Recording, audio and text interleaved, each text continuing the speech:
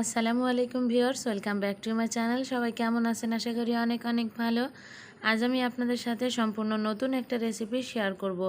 সকাল বিকালে নাস্তায় খুব সহজেই কিন্তু এই রেসিপিটা তৈরি করে নিতে পারবেন।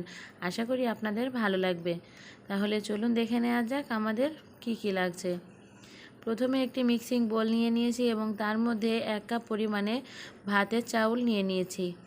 ভাতের চাউলটা খুব ভালোভাবে কিন্তু ধুয়ে নিতে হবে। যারা এখনও পর্যন্ত আমার চ্যানেলকে সাবস্ক্রাইব করেননি, আমার নতুন নতুন ভিডিও পেতে আমার চ্যানেলকে সাবস্ক্রাইব করে পাশে থাকা বেল আইকনটি বাজিয়ে দেবেন। খুব ভালোভাবে ধুয়ে নিয়ে এখন কিছুক্ষণ আমি ঢেকে রেখে দিব, যাতে করে চাউলটা খুব ভালোভাবে ভিজে যায়। দেখুন, আমি 2-3 ঘন্টা ভিজিয়ে রেখেছি এবং চাউলটা খুব ভালোভাবে ভিজে গেছে। এখানে আবারও নিয়ে নিয়েছি একটা ব্লেন্ডারের জার এবং খুব ভালোভাবে কিন্তু চাউলটাকে ব্লেন্ডার করে নিতে হবে। এখানে আমি 2টো মাঝারি সাইজের সিদ্ধ করা আলু নিয়ে নিয়েছি। এখানে অবশ্যই সিদ্ধ করা আলুটা নিয়ে নিতে হবে, না হলে কিন্তু কাঁচা কাঁচা একটা গন্ধ থেকেই যাবে। দিয়ে দিলাম 1 কাপ পরিমাণে পানি দিয়ে কিন্তু চাউলটাকে খুব ভালোভাবে ব্লেন্ড করে নিতে হবে। দেখুন, ব্লেন্ড করা হয়ে গেছে। ব্যাটারটা কিন্তু খুব বেশি ঘনও হয়নি, আবার খুব বেশি কিন্তু পাতলাও হয়নি। একঘেয়েমে নাস্তা খেতে খেতে কিন্তু আমাদের অনেক সময় ভালো লাগে না, তবে এই নাস্তাটি আপনারা একবার হলেও ট্রাই করবেন, আপনাদের কিন্তু অনেক ভালো লাগবে আর পরিবারের সকলে কিন্তু খুবই পছন্দ করবে। দিয়ে দিচ্ছি 1/2 টেবিল চামচ পরিমাণে আদা বাটা, আরও দিয়ে দিচ্ছি 3 থেকে 4টি মরিচ আমি বেটে নিয়েছি। আপনারা চাইলে ঝালটা বুঝে দিয়ে নিতে পারবেন, আপনারা যেরকম ঝাল খেতে চান সেরকম দিবেন।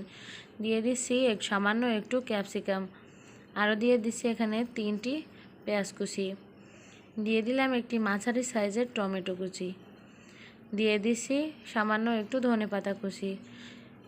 এখন দিয়ে দিচ্ছি স্বাদ মতো বিট লবণ দিয়ে খুব ভালোভাবে কিন্তু একসাথে সব উপকরণগুলো খুব ভালোভাবে মিশিয়ে নিতে হবে।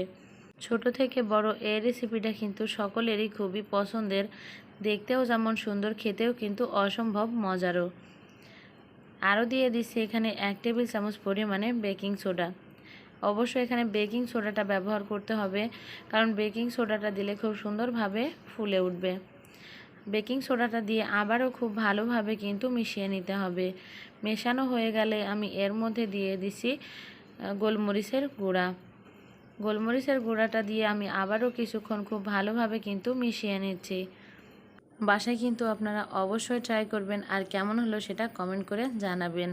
ভালো লাগলে কিন্তু অবশ্যই লাইক দিবেন। এখন চুলায় একটি প্যান বসিয়ে দিয়েছি এবং তার মধ্যে 2 টেবিল চামচ পরিমাণে দিয়ে দিচ্ছি সয়াবিন তেল। তেলটা একটু গরম হয়ে গেলে এর মধ্যে আমি একে একে এগুলোকে ভেজে নিচ্ছি।